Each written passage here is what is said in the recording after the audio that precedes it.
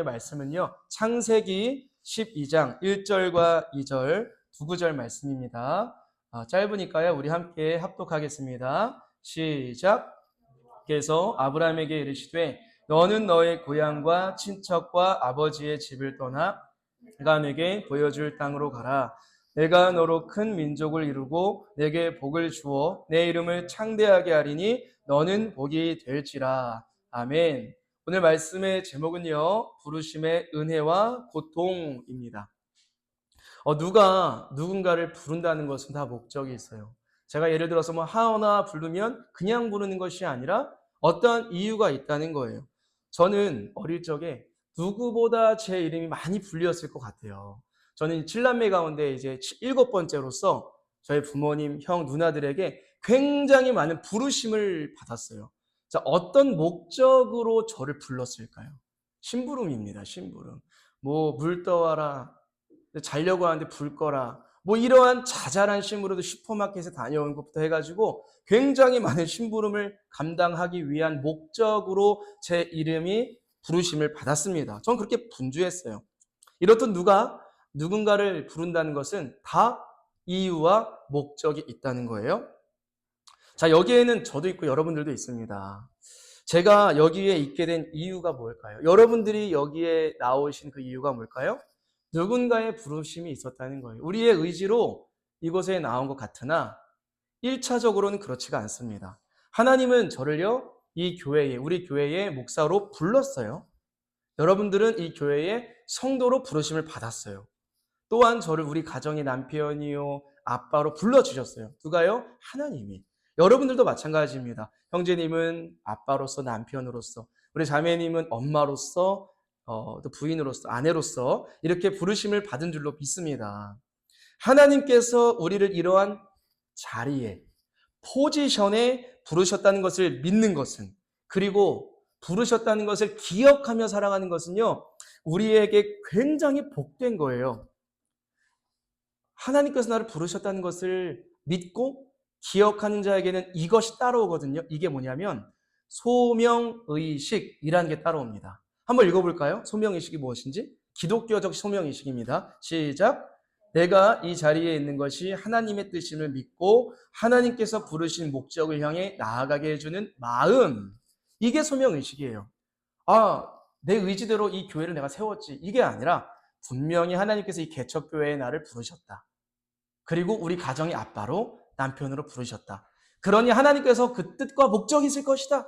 여러분도 마찬가지예요. 이 성도로, 아빠로, 엄마로, 아내로, 남편으로 부르셨다면 내가 내 삶을 펼쳐가야지가 아니라 분명히 하나님께서 이 포지션에 부르셨음을 믿는 거예요. 그리고 그 목적을 찾는 거예요. 그 목적이 성경에 다 써 있죠. 남편 된 자, 아내 된 자, 부모 된 자, 그리고 목회자로서 성도의 부르심의 목적이 다 신약 성경에 써 있습니다. 그것을 찾고 그 목적이 무엇인지 연구를 하고 그 목적을 향해 나아가게 해주는 의지입니다. 마음입니다. 그게 뭐라고요? 소명의식. 그것이 우리에게 필요해요. 그것이 우리에게 너무나 우리의 삶을 살아가게 해주는, 그리스도를 살아가게 해주는 그러한 힘이 되어준다는 거예요. 무엇이요? 소명의식이요. 하나님께서 저를 왜 불렀을까요? 이곳에. 킹스처치의 담임 목사로 왜 저를 부르셨을까요? 여러분들에게 하나님의 나라를 전하라는 거예요. 그리고 하나님의 나라가 여러분들의 가정과 여러분들의 삶에 펼쳐질 수 있도록 돕는 자로 부르신 거예요. 저를요. 저 도와주는 자입니다. 그러면 여러분들은 왜 하나님께서 이 자리를 불러주셨을까요? 작지만 그럼에도 이 작은 공동체 속에서 하나님 나라를 알게 하고 경험하는 거예요. 그리고 여러분이 거하는 삶의 영역마다 가정이든 직장이든 하나님 나라가 회복될 수 있도록 그렇게 살아가라는 거예요. 그래서 여러분들을 이곳에 불러주신 줄로 믿습니다. 자, 그런데요. 한번 이런 생각을 해보면 좋겠어요. 오늘 말씀의 제목이 무엇이죠? 부르심의 은혜와 고통이에요. 부르심은 은혜롭기만 하죠. 네, 은혜로운데요. 그 반대로 뒤집어 보면 좀 고통스럽기도 해요. 불러주신 그 목적에 따라 나아가는 과정이 있죠. 길이 있어요. 거기에는 어려움이 있습니다. 쉽지만은 않아요. 자, 운전을 하면 그냥 목적지를 찍고 가잖아요. 그럼 내비게이션을 따라서 가면 되죠. 과정이 다 펼쳐지죠. 어디로 가는지 다 써 있죠. 그런데 하나님께서 나를 부르신 목적지대로 나아가는 그 길, 과정에는요, 정답이 없어요. 그저 하루하루 하나님과 동행하는 삶을 살다 보면 어느새 하나님께서 부여하신 그 목적지에 다다랐음을 깨닫게 되는 것이 하나님께서 부르신 목적의 여정입니다. 아이가 부모의 차에 앉아서 동행하면 함께 그 목적지에 다다르게 되는 것이에요. 세아가 그랬죠, 오늘.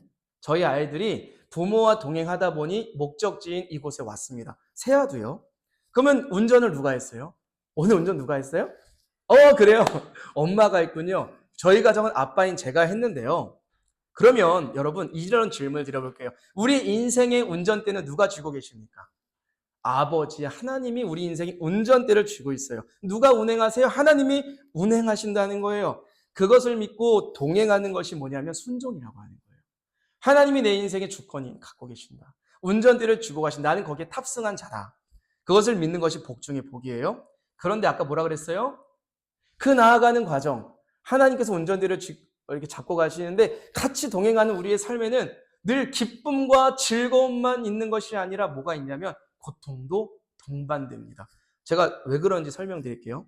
제가 우리 아이들을 데리고 운전을 해서 목적지로 나아가다 보면 어떤 일이 발생하냐면 아이들이 요구하는 것들이 많게 돼요.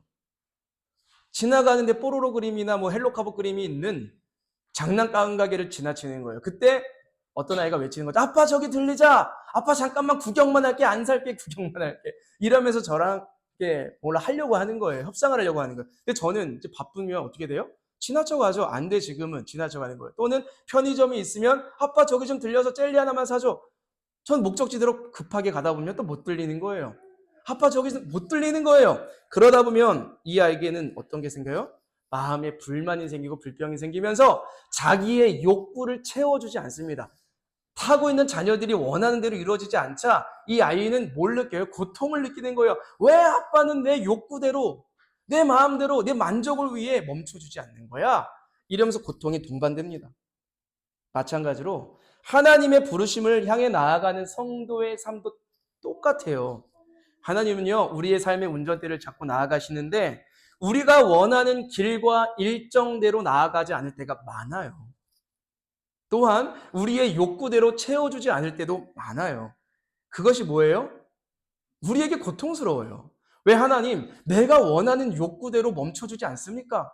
왜 욕구대로 저기에 나아가지 않습니까? 왜 저기에 들려주지 않습니까? 이런 마음으로 어려움이 생긴다고요. 그리고 때로는 인간의 기준으로 봤을 때, 하나님 기준은 아닌데 우리의 눈에 봤을 때는 위험한 길로 나아가시는 것만 같아요. 하나님 왜 나를 여기로 인도하십니까? 여기는 결핍된 곳이 아닙니까? 여기는 안전지대가 아니지 않습니까? 왜 나를 여기로 인도하십니까? 근데 하나님이 거기로 나를 인도하셨다면 그 목적지로 향하게 나아가는 데 있어서 하나님의 뜻이 있는 거예요. 하나님 편은 위험하지 않아요. 왜요? 나를 붙들고 가시니까 야 내가 지켜줄게, 보호해줄게. 근데 지금 여기를 지나가야만 해 라고 하나님께서 말씀하시는 거죠. 여러분 저도 이제 목회한 지 10년이 넘었어요. 저의 목회 여정 뭐 길지 않았지만 이 10년이 조금 넘은 과정 가운데 어려움이 있었을까요? 없었을까요? 어려웠어요. 감정적으로 막 요동칠 때도 있었고 억울할 때 있었고 힘들 때 있었고 재정적으로도 막 이렇게 막 어려울 때가 많았습니다. 그런데 제가 이 목회를 포기하지 않고 나아가게 해주는 유일한 이유가 있어요. 그게 뭔지 아십니까? 나를 하나님께서 목회자로 부르신 그 이유가 있다는 것을 믿는 거예요. 어려움이 있을지라도 하나님의 목적은 분명히 있다. 하나님의 뜻이 있다. 이 여정도 하나님께서 인도하셨다는 것을 믿으니까 분명히 힘은 드는데 어려움은 있는데 그럼에도 이 길을 포기하지 않고 나아가게 해준다는 거예요. 무엇을 믿기 때문에요? 부르신 하나님의 뜻을 믿기 때문에. 부르신 자를 믿기 때문에. 여러분들도 마찬가지입니다. 물어볼게요. 그리스도인으로 살다 보면 늘 재밌고 즐겁고 유쾌하기만 해요? 성경에서 말씀하시는 것을 순종하다 보면 이건 왜 내가 희생해야 돼? 내가 왜 먼저 용서해야 돼? 왜 내가 섬겨야 되고 손을 먼저 내밀어야 돼? 내가 왜 주일마다 이렇게 교회에 나와야 돼? 여러 가지 힘들고 어려운 마음들이 그리스도인으로서 들 때가 있습니다. 그런데 그런 생각이 들다가도 그리스도인의 정체성을 포기하지 않고 또 여전히 그리스도인의 삶을 살아가게 해주는 그 비결은 뭐예요? 예수님이 나를 부르셨다는 것을 믿기 때문이에요. 그 부르심의 목적이 있다는 것을 알기 때문이에요. 자, 오늘요, 누구를 나눈다고요? 부르심의 절정에 있었던 한 인물. 그 사람이 누구냐면 아브라함입니다. 그 아브라함에 대해 소개하고자 해요. 왜 제가 아브라함이라는 인물을 두 번째 인물로 골랐을까요? 아브라함이 너무나 위대하고 배울 점이 많아질까요? 그렇지 않아요. 아시다시피 아브라함에게도 굉장히 연약한 점이 많았어요. 우리와 같이 실망할 점도 굉장히 많았던 사람입니다. 우리가 앞으로 몇 주간 아브라함에 대해서 나누는 이유는 아브라함을 부르신 하나님의 뜻이 위대하기 때문이에요. 하나님은 아브라함을 부르시고 이 아브라함이라는 인물을 통해 죄악된 세상 한복판에 하나님 나라를 세워 가십니다. 하나님의 나라의 모형을 세워 가시는 거예요. 하나님 나라가 무엇이죠?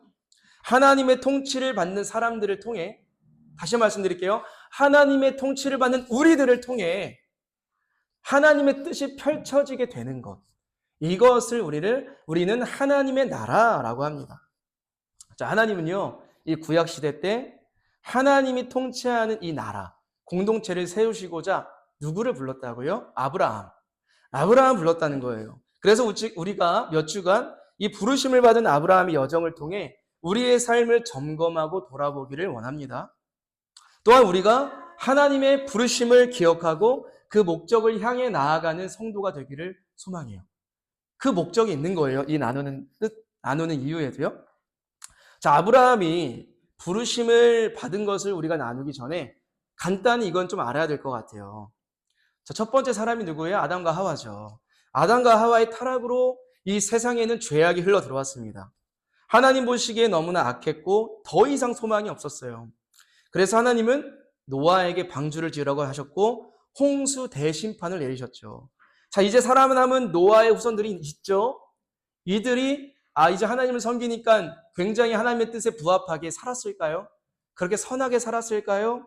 또다시 타락의 길을 걷습니다. 그 증거가 뭐예요? 바벨탑을 쌓은 사건이죠. 바벨탑을 쌓았다는 것 자체가 하나님을 대적하는 것입니다. 하나님처럼 되려고 했던 선악과를 먹은 마음과 똑같은 게 바벨탑을 쌓은 사건이에요. 하나님께 정면승부를 거는 거예요. 우상 숭배를 했고요. 음란했고요. 온 민족과 사회에는 죄로 물들었습니다. 자, 그때 또 한 번 하나님이 대홍소 심판을 내리셨을까요? 그렇지가 않았어요. 하나님께서는 무엇을 보시며, 분명히 하나님은 진노하셨겠지만 무엇을 보시며 그 진노의 마음을 거두셨을까요? 지난 시간에 나누었던 무지개 언약을 보시면서 심판하지 않으셨어요. 이제는 심판이 아니라 악한 세상 가운데 하나님의 통치를 받는 하나의 나라를 세우시고자 하시죠. 그 사람이 누구였다고요? 아브라함. 자, 그러면 그 악한 세상 속에서 아브라함만큼은 너무나 선했고 하나님을 너무나 잘 믿었기 때문에 부르심을 받은 걸까요? 성경에 그런 말이 있습니까? 그런 말이 없어요. 심지어 아브라함의 가정도 우상을 숭배하고 아브라함의 아버지는 우상을 만들어 판매하는 사람으로 알려져 있습니다. 그러니 자연스럽게 아브라함도 그러한 가정의 분위기 속에서 자라났고 하나님을 잘 몰랐을 가능성이 너무나도 커요. 그래서 여러분, 하나님께서 아브라함을 부르신 목적을 우리는 어떻게 해야 되냐면 하나님만 아신다. 그러니까 부르신 이유, 아브라함 편에 어떠한 이유가 있었나를 보면 그건 하나님만 아시는 거예요. 아브라함이 뭐 잘났나, 뭐 잘했나? 우리가 알 수 없어요. 그리고 아브라함은 이렇게 고백했어야만 했어요. 하나님께서 나를 불러주신 것에 대하여 오직 이건 은혜였다. 내 편에서는 이유가 없다. 하나님의 전적인 은총이다. 우리도 마찬가지입니다. 저와 여러분을 남들보다 먼저 하나님의 부르심을 받아 주님의 자녀가 되게 하신 것은 우리가 비교적 저 이웃들보다 더 선하고 괜찮아서가 아니라 잘 살아서도 아닙니다. 오직 주님만이 아세요.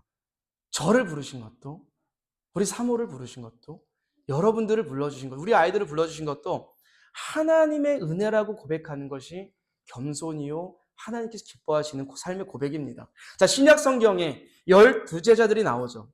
위대한 사도가 됩니다. 그들은 신약 성경의 많은 부분들을 기록했죠. 그런데 그들의 기록 그 어디에도 내가 예수님께 부르심을 받을 만해서 제자가 되었다라는 기록은 그 어디에도 없어요. 오히려 어떤 게 있냐면 부르심을 받을 자격이 전혀 없는 나를 불러주신 주님의 은혜를 찬양할 뿐이에요. 여러분 이런 상상 해보셨어요? 하나님께서 만일 나를 불러주지 않았다면 나는 어떤 삶을 살고 있었을까? 물론 남들 보기에 잘 먹고 잘 살 수도 있지만 내 마음은 어땠을까? 내 마음의 목적은 뭐였을까? 내 마음의 모든 동기는 뭐였을까? 그렇게 생각해 보면 저는 너무나 제 마음이 끔찍했을 것 같아요. 제 마음이 너무 비참했을 것 같아요.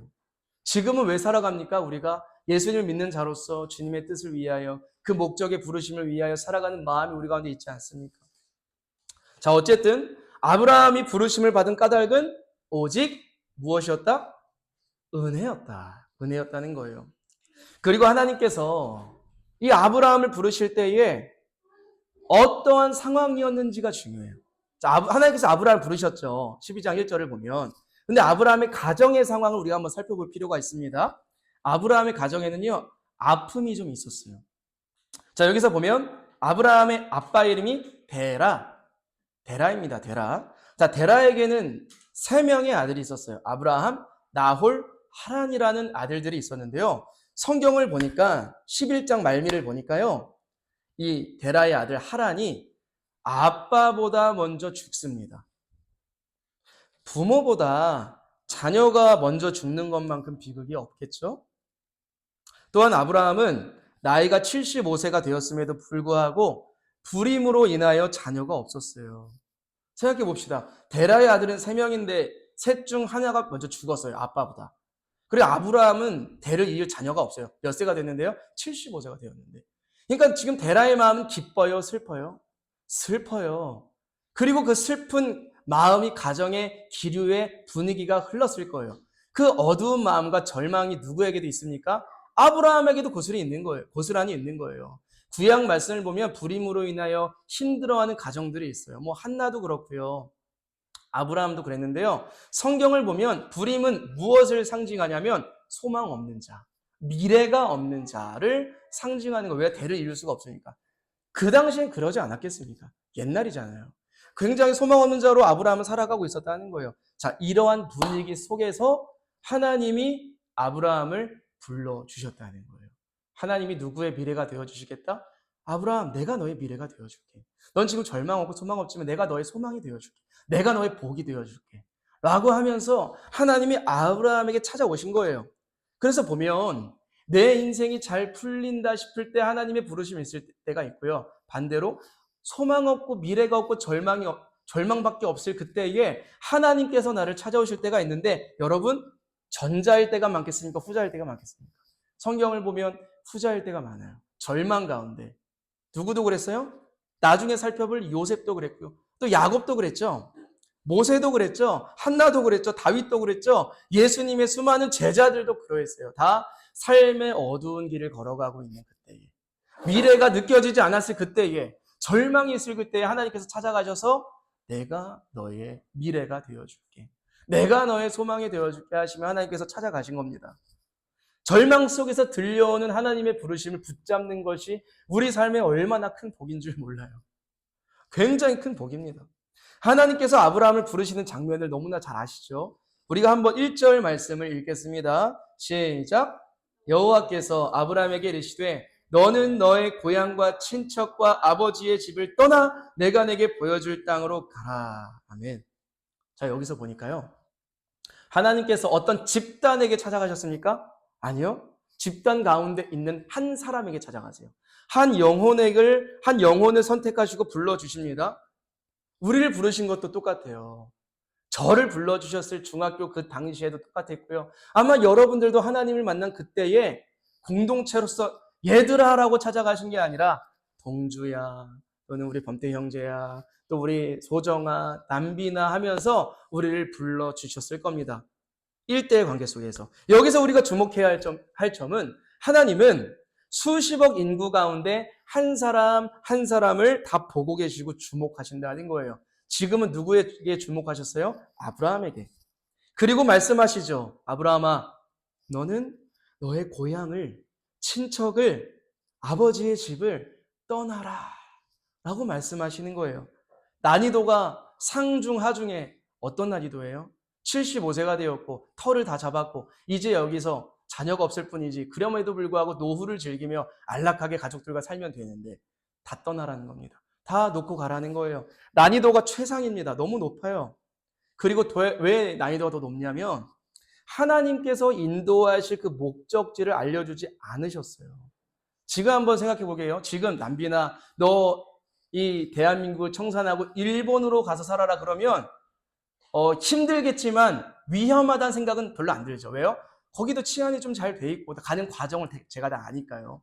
그런데 잘 생각해, 수천 년 전에 수천 년 야만인들이 많았던 그 시대에 아브라함 보고 내가 너에게 보여줄 땅으로 떠나라. 떠나라는 거예요. 위험해요? 위험하지 않아요? 위험하죠. 가는 길에 어떤 일을 당할지 몰라요. 그리고 어디로 갈지도 몰라요. 내가 계획할 수가 없어요. 근데 아브라함을 떠나라는 겁니다. 아브라함 보고. 위험하죠. 다 놓고 떠나라고 하죠. 너무나 난이도가 높아요. 그런데 누구를 믿고 떠나야 되는 거예요? 하나님만 믿고. 자, 여기서 우리가 당시 상황을 상상해 보겠습니다. 아브라함은 어쨌든 순종은 합니다. 하나님 말씀에 순종을 하게 되거든요. 자, 우리 상상해 봅시다. 그때에 짐을 싸고 있는 아브라함, 막 아브라함이 짐을 싸지 않았겠습니까? 그리고 아브라함의 이웃들이 있겠죠. 서로 이런 대화를 나눴을 것으로 상상이 돼요. 아브라함, 자네 지금 짐을 싸는 건가? 그렇다네. 정말 여기를 떠나려고?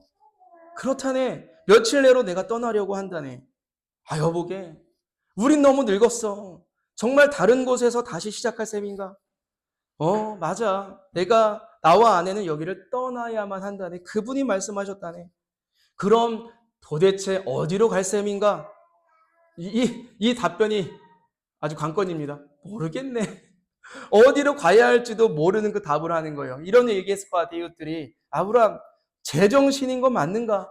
지금 가진 것을 다 정리하고 모든 것을 버리고 떠나려는데 어디로 가는지도 모른다는 말인가? 미친 거 아닌가? 이런 얘기를 했을 것 같아요. 분명 이러한 대화가 아브라함과 이웃들 사이에 있었을 거로 생각됩니다. 자, 아브라함은 자신이 어디로 가는지 몰랐고, 그래서 심사숙고해서 장기적인 계획을 짤 수도 없었습니다. 그럼에도 어떻게 아브라함은 하나님의 부르심에 응답하여 떠날 수가 있었던 걸까요? 아브라함은 하나님을 만났을 때 진짜라는 사실을 알았어요. 놀라운 하나님의 인재를 경험했기에 도저히 의심할 수가 없었습니다.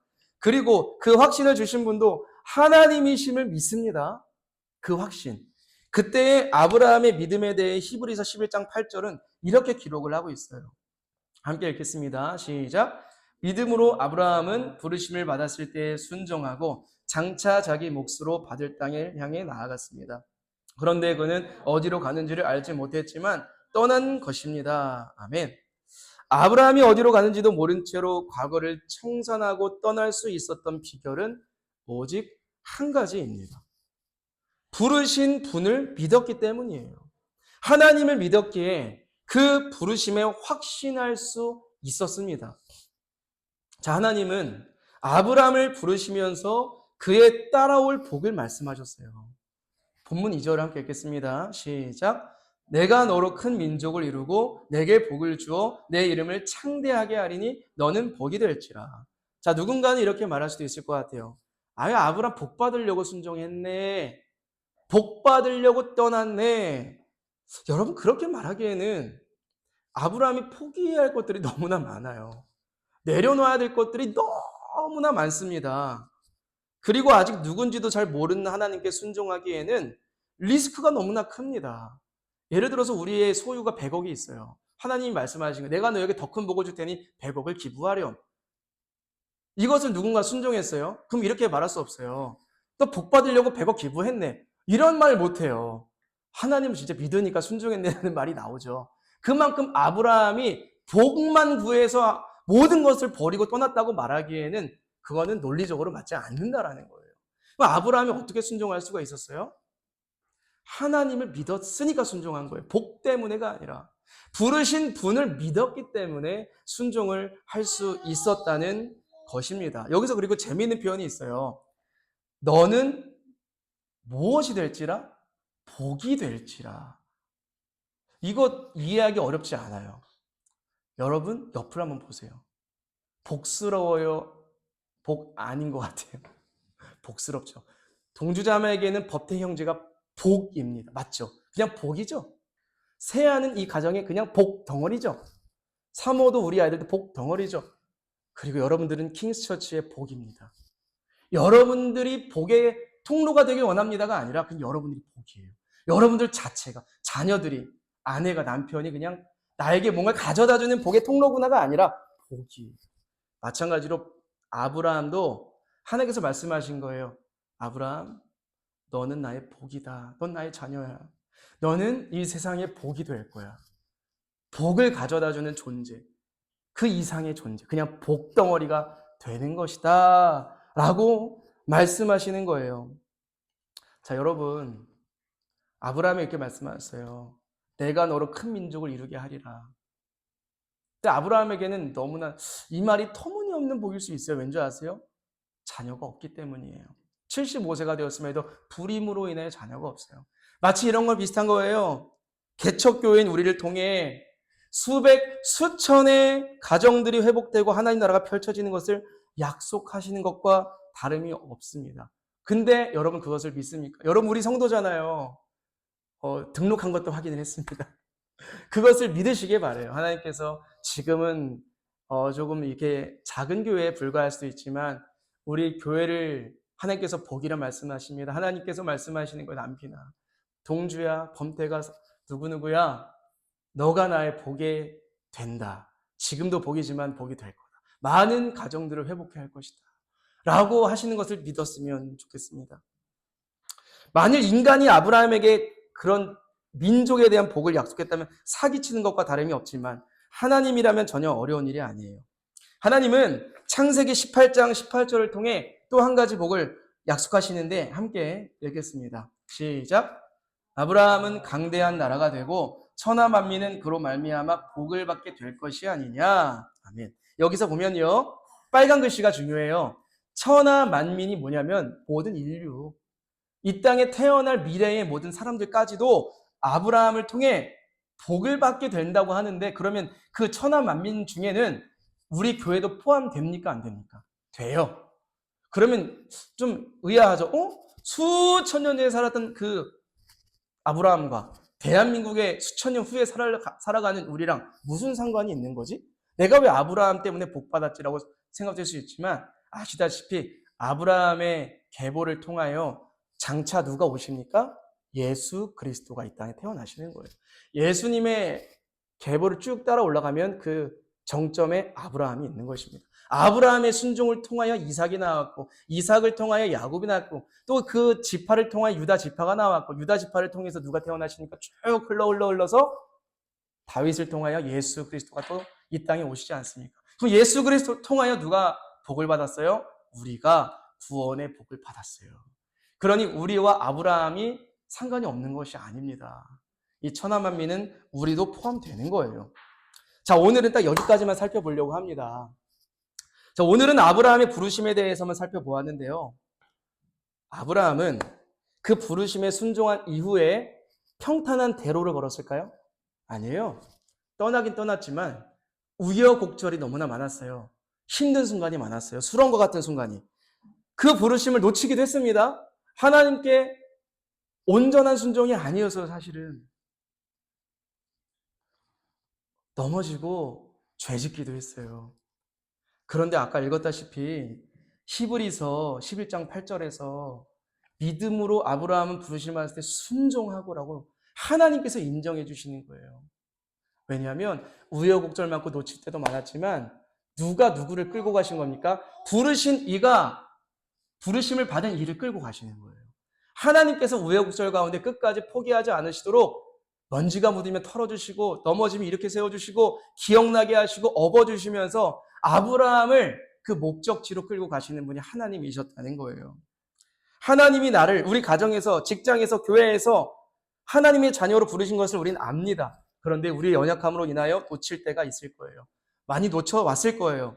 하나님보다 세상을 사랑하여 세상의 부름에 응답할 때도 있었을 거예요. 그런데요, 중요한 게 뭐예요? 아브라함의 인생처럼 하나님이 우리를 포기하지 않으세요. 그 부르심을 기억나게 하실 거예요. 언제? 주일마다. 그래서 주일 성수 하셔야 되는 거예요. 주일마다 여러분들에게 해당하는 게 아니라 이 영상을 보는 분들 보셔야 될 텐데, 예, 해당하는 거겠죠. 그래서 우리가 이 주일마다 나와서 말씀을 통해 하나님의 부르심을 기억하며 다시 한번 전진하는 것이죠. 걸어갈 수 있도록 하나님이 위로하시고 그 길이 가장 복되다는 사실을 경험하게 하실 거예요. 그래서 여러분 지금 잘 걸어가시는 분이 있다면 지금과 같이 주님과 계속 동행하시기를 축복하고요. 그 부르심을 놓치고 잊어버린 분이 있다면 하나님께 그 초심을 구하길 원해요. 하나님, 내가 하나님께 부르심을 받았던 그날을 다시 한번 기억하기 원합니다. 그 마음이 있기 원합니다. 기도하는 겁니다. 예수님이 우리를 친히 부르셨습니다. 그리고 그 복된 길로 인도하시는 가운데 우리의 손을 절대로 놓지 않으실 거예요. 누구처럼요? 아브라함처럼. 끌고 가는 하나님도 참 쉽지 않을 것 같은데 하나님이니까, 아버지니까 우리를 그 목적지로 데려가시는 거예요. 자, 가정이든 교회든 여러 공동체의 회복을 보실 겁니다. 하나님 나라의 회복을요. 한 주간 그 부르심을 기억하며 복된 길로 나아가는 저와 여러분 되시기를 주님의 이름으로 축복합니다.